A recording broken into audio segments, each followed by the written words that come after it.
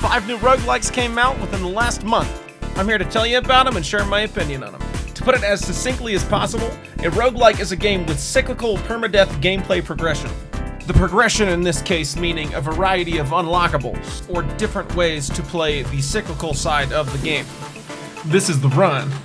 The run being a rapidly changing path of small decisions that you will either complete or die and start over. In order for that path to be considered good or fun, it needs to check 2 of these boxes. Because if you've checked both of these boxes, your game has high replayability, and replayability is what makes a good roguelike. So now I ask you to trust my opinion, or come up with your own, and put it in the comments below. First up, Bullets Per Minute is conceptually a cool-ass game, a rhythmic first-person shooter. You gotta shoot and use abilities to the beat of the music. The art style is spicy, spooky saturation, and the gameplay loop is 7 stages. It uses a spell, stat, and armor system that are essentially going to be your power-ups throughout a run. So, does it check the boxes? No. If anything, this game is more of a proof of concept for a rhythmic FPS. It can definitely work, but this game falls short in a lot of areas. There is an easy and a hard mode. The hard mode just adds random modifiers to stages, making it occasionally annoying or harder. It's kind of more awkward than difficult, and I was either extremely broken or extremely getting killed by flies. If you don't shoot on the beat or half beat, you get this buzz. While this is understandable from an overarching perspective, it really feels awkward when your attack speed gets past a certain point, because you're no longer having to hit the beats, and when there's only 1 song per area, it being a core part of the gameplay, that gets very old quickly. Not having a large song variety in a rhythm-based game is just a poor choice. But as far as weapons go, simply put, there's not a lot of them. Same goes for the power-ups, seemingly. It's just kind of... there's not a lot of variety. This game has a lot of fun little ideas and expressiveness thrown around, but it's not really a game I can see myself ever playing again without a decently sized update. BPM is very neat, but not something I could recommend buying to anyone. I give it a 6 out of 10. On to the next one.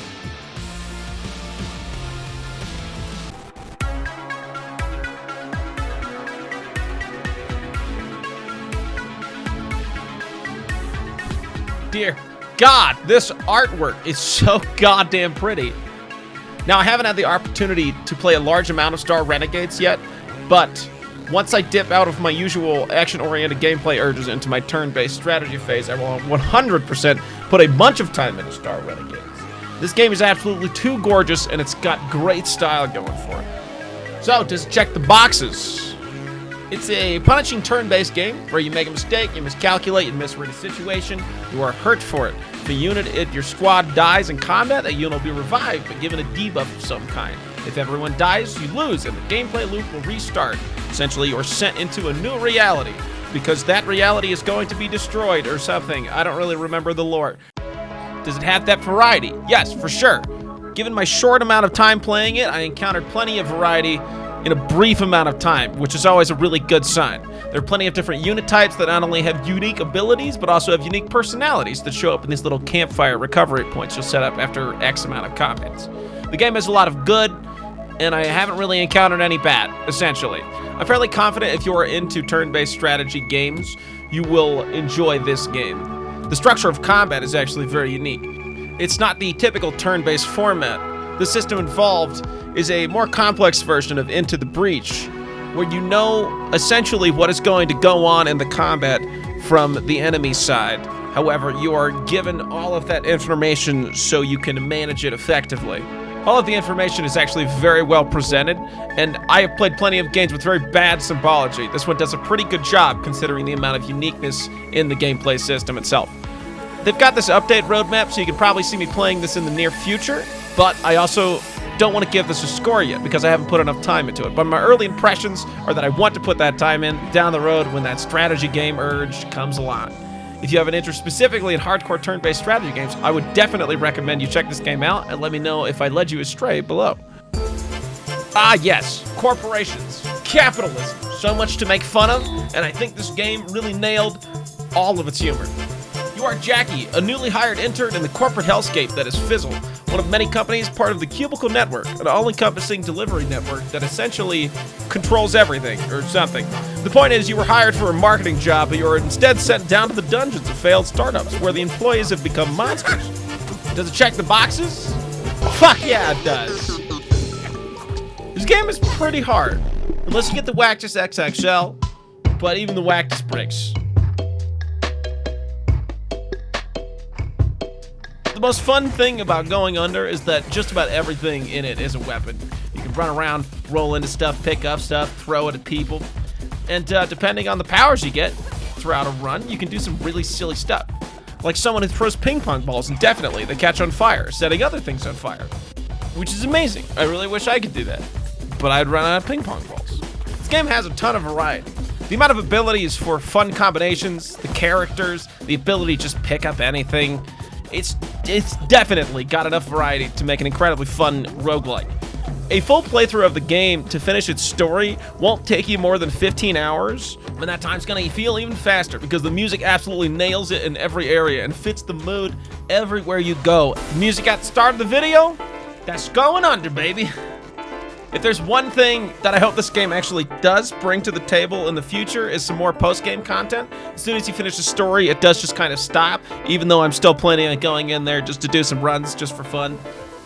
It's a 9 out of 10 right now, but it'll be a solid 10 out of 10 as soon as it gets some post-game content, which I stopped by the Discord, and they did say that they were planning something. I don't know what, though. Either way, I'm looking forward to it. This game is a fantastic time and a fun as hell game that I would really recommend everyone play.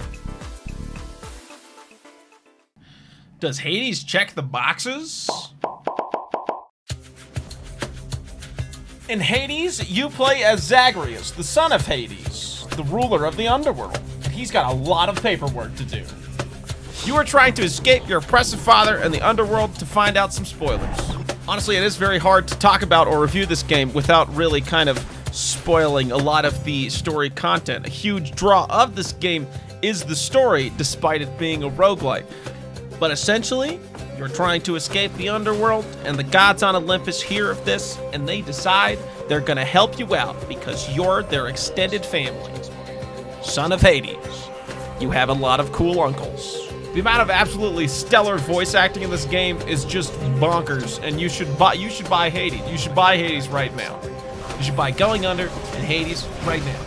Finally leaving early access, Hades has set its mark in my soul as potentially one of the best complete roguelites of all time. That's roguelite, meaning permanent progression. I personally differentiate roguelike and roguelites not by if the game has unlockables, but if the game has permanent systems of stat changes. Hades goes an additional step by having that permanent system be interchangeable choices that you can invest little darkness points into. These choices can greatly impact decisions made and how a run can play out.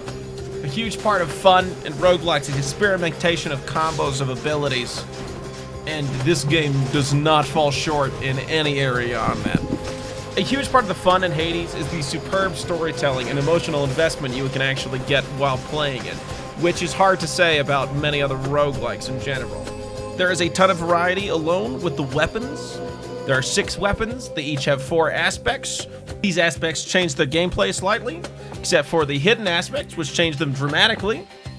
And playing around with these and unlocking things has the most steady progression in any roguelike. It's very constant, it doesn't really slow down. There's always something that you have to unlock. You don't really reach that wall ever. I can't recommend playing Hades enough to anybody, not even if you're a fan of roguelites or roguelikes or anything. It's a fantastic all-around game. It goes to show that Supergiant Games has made the absolute best of their time in early access.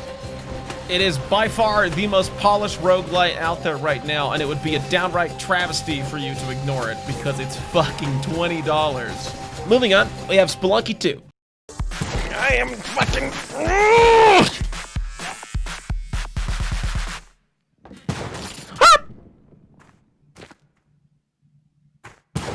Ha!